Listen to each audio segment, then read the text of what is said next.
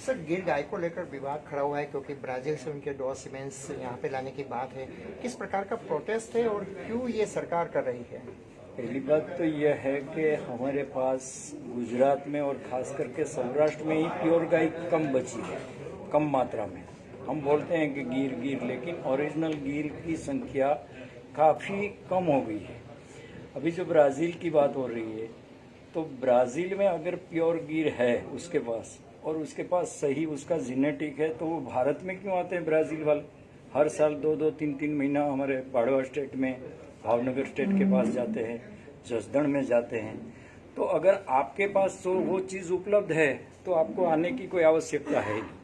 अच्छा, रही बात ये कि जो छोटे पशुपालक है, जो मतलब उसको पता नहीं है कि दूध ज़्यादा गाय देती है, उसका आर्डर बहुत बड़ा है, काफ़ी मात्रा में 30 किलो, 35 किलो, 50 किलो, तो वो एक हॉर्मोन्स प्रोसीजर है। और दूसरी बात यह है कि हमारी नस्ल, यहाँ की जो प्रजाति जो पैदा हुई, वो यहाँ 12 से 15 किलो दूध देती है। वो ब्राज़ील जाके अगर 20 किलो देती है तो वहाँ का माहौल अच्छा है, वहाँ का फीड अच्छा है, वहाँ का चारा अच्छा है, वैज्ञानिक पद्धति से वो काम करते हैं।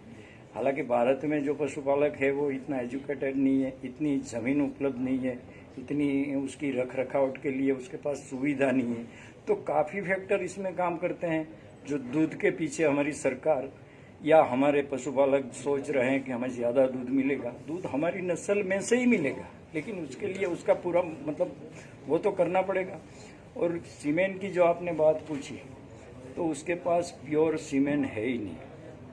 देखो, गिर गाय हमारे आंगन में ऐसी एक झुंबेश चली थी आज से 15 साल पहले, और 15 साल में जो गिर गाय डेवलप हुई, आज घर घर पे 1-1, 2-2 बछड़ियाँ पैदा हुई है, वो अभी अगर सरकार इसके बारे में गौर से नहीं सोचेगी, उसको हम रोक तो नहीं सकते हैं, हमारा सोच उसके सामने रख सकते हैं कि भाई ऐसा न किया जाए तो अच्छा है। अगर वो होगा तो जो 15 साल में कुछ बना वो भी बिगड़ जाएगा। और उसका रीज़न हमारे सामने है। डॉक्टर कुरियन जब जर्सी और HF मिल्क की मिल्क प्रोडक्ट बढ़ाने के लिए लाए, आज क्या हालत है उसकी?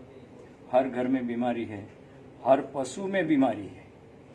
तो कोई भी क्रॉस ब्रीड होगा तो उसमें उसकी रोग प्रतिकारक शक्ति कम होगी, उसकी एज कम हो जाएगी, दूध देने की क्षमता भी धीरे धीरे कम हो जाएगी। एक आध लैक्टेशन में वो दूध देगी, फिर जैसे लैक्टेशन बढ़ता जाएगा तो दूध कम होता जाएगा। आज जसदण में 12-15 लैक्टेशन वाली गाय भी 25 किलो 30 किलो दूध देती है, बाड़वा में भी 20-25 किलो दूध देती है, तो वो नहीं रहेगा।